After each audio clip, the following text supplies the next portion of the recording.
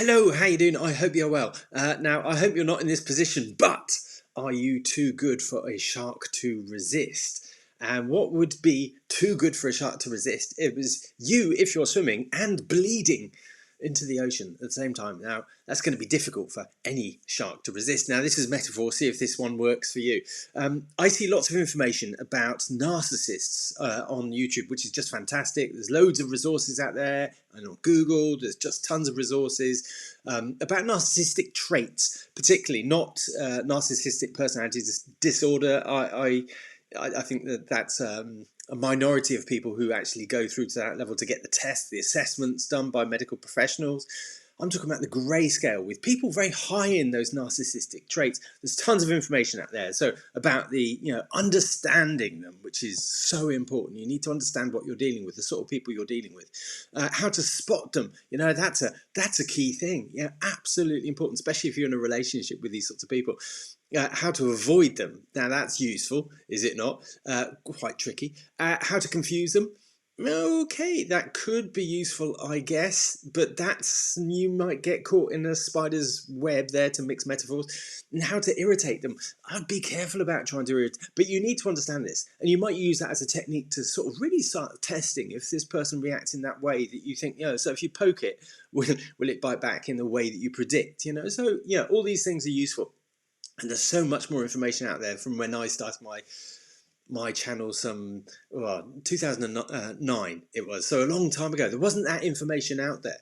There's so much information out there and on narcissists. I'm using them, narcissists, as the sharks in this metaphor. The sharks, the predators, and all this information is fantastic, but it doesn't actually stop them being attracted to you if you are bleeding. So what's that metaphor of the bleeding? If you're swimming in the ocean and you're trailing blood and there are sharks around, that's going to make you a bit nervous, isn't it? And that's going to attract narcissists. You're going to be too good to resist to the sharks, and you can't beat the sharks. You can't beat the narcissists. You won't get them saying, you're right. I was wrong. Yeah, okay, I'm wrong there. Yeah, I have to admit that. Hands up. You won't get them saying that. They're full of blame. They don't like to be wrong. They cover up their mistakes. They're not. You need to understand this. That's why it's so good that there's so much information out there. And lots of it says that they won't change. I concur with this. They won't change, and you cannot fix them. That's so important. And using this metaphor, why would they stop being attracted to you if you're swimming in the ocean and bleeding? That's, red rag to a bull. To use another metaphor, you might try, but you will fail. And believe me, I've tried many times. Not because it's not so obvious. Metaphors are great. It makes it really clear, but you wouldn't swim if you were bleeding, or even if there were sharks around. But in life, there are sharks around.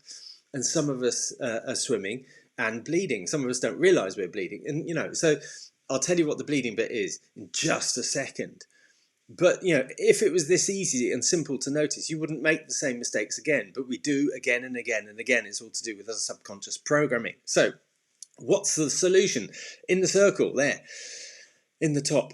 Stop bleeding. Heal your wound. Don't go into that ocean bleeding. Heal the wound. Okay, and that means working on your self-esteem. That's what the metaphor is in this one. The shark is attracted towards the bleeding. The narcissist is attracted towards people with low self-esteem. They're the ones that they can really hook onto, attack, victimize.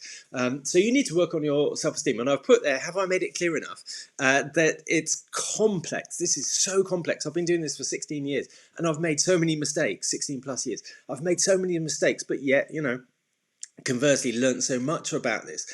It's a really complex thing just to be able to heal that wound. It's a simple metaphor, but healing that wound, solving your self-esteem is so complex because we all have a story.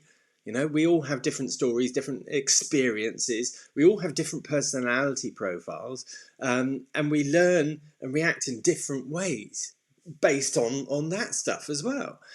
So it's a really, really complex thing to be able to, just heal your wounds, ding, and I'm not taking the piss, but I'm not particularly that spiritual person. I've done yoga in the past. I love that. I do breathing exercises. But there are people that are more extreme. There's people less extreme. More spiritual, less spiritual. And of course, you find somebody to work with that suits you. But for me, it has to be pragmatic. It has to work. I have to understand it to be able to apply it.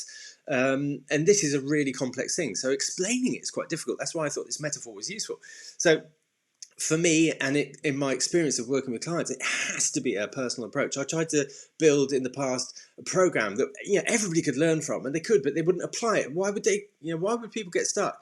Part of the reason was because I was stuck when I wrote it. I built the course, and then another aha moment. It's like, oh crap, I'm still stuck in the same patterns again, swimming in the ocean, and I'm bleeding. I didn't realize I did. I fixed one wound, and then the other one was the bigger one. So. Can you work with that metaphor? So it's having a generic course didn't work, and I can help my clients through and heal their wounds when it's a personal approach. I have to understand your story and help you understand your story. Do personality profiles. I use the big 5 personality profile, and that gives so much information. You can map your story to the profile, and it's really useful, and you've got real pragmatic stuff to work on. But then it's about taking action. That's about saying, okay, where do you want to set your goals, and then working through it, taking action. It's not a theoretical, how interesting that was. It can't be theoretical. It has to be pragmatic. You have to make mistakes. You have to push forward, take action, and then hit your limiting beliefs. And that's when it's so tough, and that's when you need the support of somebody that understands, that's been through it. So you have to overcome your normalized, which means it's really difficult to notice, habits and beliefs. It's difficult to write down your habits, your subconscious habits and your beliefs, but having somebody to work through it and understand it, and a system and a process to help you get them and get really clear on them is key. And then create empowering ones. That sounds better.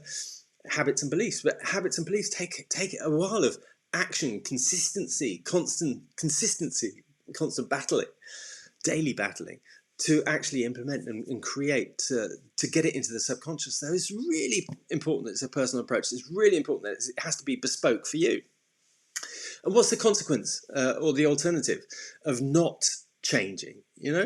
I put there slightly tongue-in-cheek, you'd better be fast. You better be swimming fast. If you're leaking that blood, you better be swimming fast, and see how that works for you, because it didn't work for me. I thought I'd healed my wounds. But I still attracted sharks. I thought I was swimming fast. I thought I was outsmarting them, but they still got me. So, and that's not to play the victim, but that's, would you go bleeding into the ocean? No, but maybe you are already. If you're noticing the patterns of attracting certain relationships where you're giving away your power, could it be because you're bleeding in the ocean? So self-esteem is such a broad term, and it encompasses so much. So just quickly, where are you on the scale? Healthy self-esteem, medium self-esteem, or low self-esteem? Do you know already that you have low self-worth? You do everything for other people, but you find it really difficult to do things for yourself, or put yourself first, or get fit, or build a business, do things for yourself. When you put yourself first, you collapse. When you do things for other people, you're there, you're consistent, you're brilliant. But, doing things for you, oh, no, look in the mirror, oh, no, noticing that is so important. Understanding it and then being able to overcome it is key. So where are you? Right, who do you think has learned through their life to self-regulate, to manage their emotions, to manage themselves, their negative self-talk, how they give their power away to other people, or how they don't, how they maintain their power, even in difficult situations, how they confront conflict even when it's difficult, even when to be able to speak out, to be able to say no, to be able the people who have learned to self-regulate are the people with healthy self-esteem. Who's codependent in this list? Who's going to be codependent? It's the people with low self-esteem that feel they need others because they're not worthy within themselves, so they need somebody to complete them, which is a fallacy. It's not true. But it comes from codependency, and I'm sure you've done tons of research on that. If not, go dive into this stuff. So for me, a really good start in terms of if this is slightly new or you want to explore this a little bit more, a really good starting point for me is the self-esteem test. It's the Rosenberg test. I've automated it. It's not mine. It goes back to the 60s. It's not reliable at all. It's 10 questions, but it's really quick and accessible. And for me, it's a good starting point because if you score low on this one, 15 or less, then it's like, right, okay, really start to look into this. Take the next step to explore this because this is saying, again, not reliable test, but it's just pointing a conversation towards, I think, this is something that you might want to explore. If you've got between 15 and 18 on the score, it comes out at 30. Then it's like, okay, you might have done work, but you're still at this vulnerable point. You're bleeding into the ocean, to use the metaphor. So, maybe just a little bit more work would get you to a healthy level. Or if you're 18 or more, maybe actually you don't need this conversation, you don't need me. It's a really accessible test. The thing I like about it is because it's so easy, it's so quick. It's 10 questions, it takes 2 minutes. It's really easy. But again, it's not that reliable thing. You can pick out more of it in the big five personality profile tests and the work we do, should we come to that point. The work I do with the clients, that's far more reliable. You can map it out, and that is thorough. The next point from that for me and my clients is the 12 days to decide program that I've got. And as you can probably guess, it's 12 days. It's £47. I guarantee it. If you don't like it or get what you want out of it, then I'll give you your money back. It's at the end of the 12 days. It's absolutely a no-brainer. It means there's no risk, but you're putting some money into it. You're investing something in it. If it's free, it's like, I'll do that sometime. I never do it. It's like, okay, put the money in. Here's the timer. You actually get one-to-one time with me, and if you didn't get the value out of it, I'll give you the money back. And I'm not asking for my time. Minus my time. My time is more than £47 an hour anyway. So I package so much into that program to give you that value, to give you that real springboard, that starting point, so you get clarity about what the real situation is. Are you bleeding into the ocean? Are narcissists attracted to you because you're bleeding? Does that make sense? Have you got low self-esteem? What do you need to fix? What's it going to take? So to really get that clarity on that program, I've made it really accessible, and you get that one-to-one time with me. I hope that's interesting. So I'll end it there. I want to keep it brief, but I wanted to share that metaphor because I think it was a powerful metaphor to make you think. Why am I attracting this when other people aren't? Other people are swimming in the ocean, and they're glad that you're swimming, you're bleeding, because the sharks go to you, not them. So I want you to be to heal your wounds. Any questions, just give me a comment on this one, get in contact. I hope that's been thought-provoking for you. Many thanks for your time, thanks for the comments, thanks for the views, thanks for sharing. Do subscribe if you found this interesting. All right, many thanks. Have an awesome rest of the day. All right, bye-bye.